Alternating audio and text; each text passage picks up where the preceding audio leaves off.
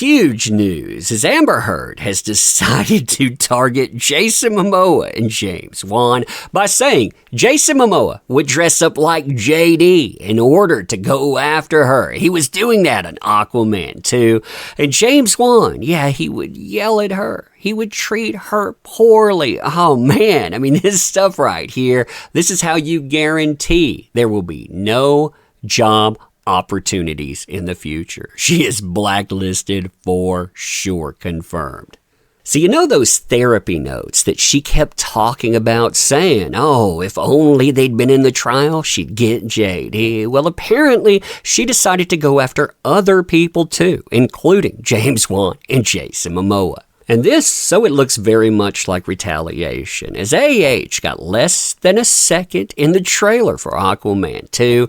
James Wan ended up calling her out, and Jason Momoa, he unfollowed her on Instagram, saying, I've had enough. Now, what's hilarious is that her PR and her show media, they react exactly like you would expect them to do, going after everyone involved. And remember, when they did this with L'Oreal, what did L'Oreal do? They dropped her like a bad habit. You and I, we're going to talk about all of this today, too. Oh, man, fun times, huh? Fun times indeed.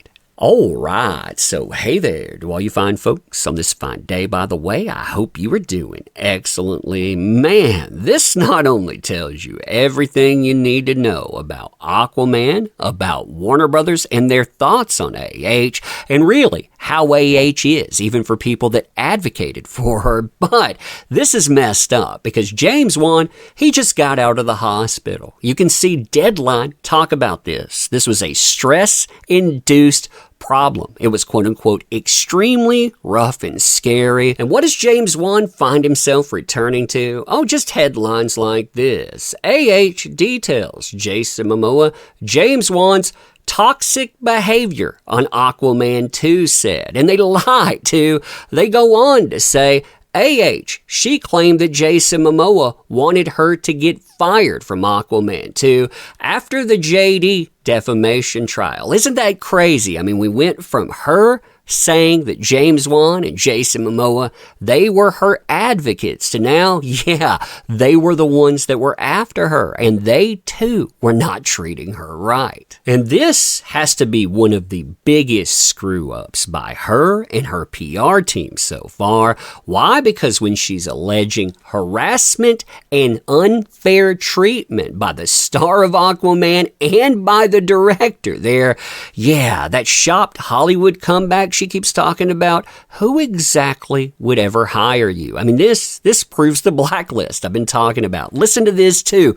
Would you hire someone after headlines like this? Quote, was allegedly subjected to harassment and unfair treatment on the sets of Aquaman 2 by Jason Momoa and director James Wan. Now, all of this comes from the therapy notes of Dr. Dawn Hughes. And if you don't remember Dr. Dawn Hughes in the Johnny Depp versus Amber Heard trial, she came across that she didn't like men. Didn't like them at all. Basically, she felt they were perpetrators and women were always the aggrieved. Now, these accusations, they are wild too, because she's claiming that James Wan and Jason Momoa, the same people that she credited with getting her hired back after Warner Brothers fired her before Aquaman 2, they wanted her fired from the film after she lost her defamation trial against JD. And when Jason Momoa realized that that wasn't going to happen, well, he would allegedly, quote-unquote, torment her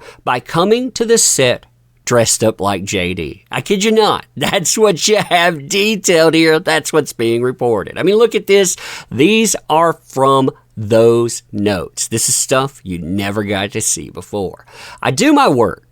I keep my head down really, really hard. I have to face studio executives, marketing reps, and more. Now, after that shot at Warner Brothers, she decides she's going to switch gears, go after James Wan, and she's admitting here that people, they blame her for the failure of this movie. They knew they couldn't advertise, they couldn't even talk about it, because if they did, she would be front and center. She had ruined things. So regardless of truth or not, yeah, it gives you a mindset. Look at this here. Even the director of Aquaman 2, again, James Wan, couldn't post, and he raised his voice at me. I can't even post about Aquaman, he supposedly said. He made it sound like it was my fault here. I said, I'm sorry. You know, she's the one again that put them in the crosshairs with this. She brought them up in her counterclaim. Plus, she weaponized Aquaman, the first one, when she went after JD as well. She says, this is all I will work on until this case is a distant memory. My role? It was cut down significantly. Changed everything. It changed the content, which she's been saying, which James Wan came back and said, nah, that's not true at all.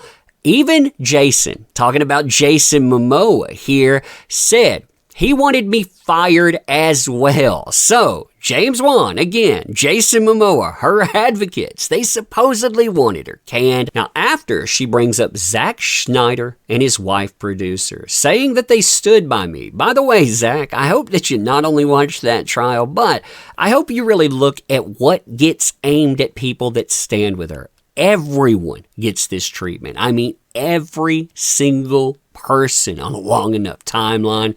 She says, as far as Jason Momoa is concerned, on set, Jason Momoa, he would drink late. So she's calling him out. I mean, this is crazy too, considering that's pretty much all she does. You can see photograph after photograph, videos too of that. But on set, she also says he was dressing like Johnny. Not only that, but he had the rings on too. You know what that's supposed to say. He's tormenting me, and he's tormenting me.